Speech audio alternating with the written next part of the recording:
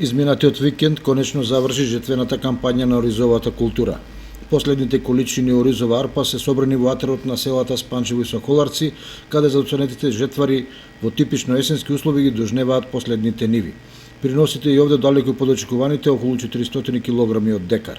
Иако земјоделците очекуваа во годишниот род да тежи околу 25.000 тони арпа, сепак во силосите се собрани помалку од 20.000 тони. Згора на тоа и квалитетот е под вообичаениот за кочанското поднебје, што негативно се одразува врз рандманот.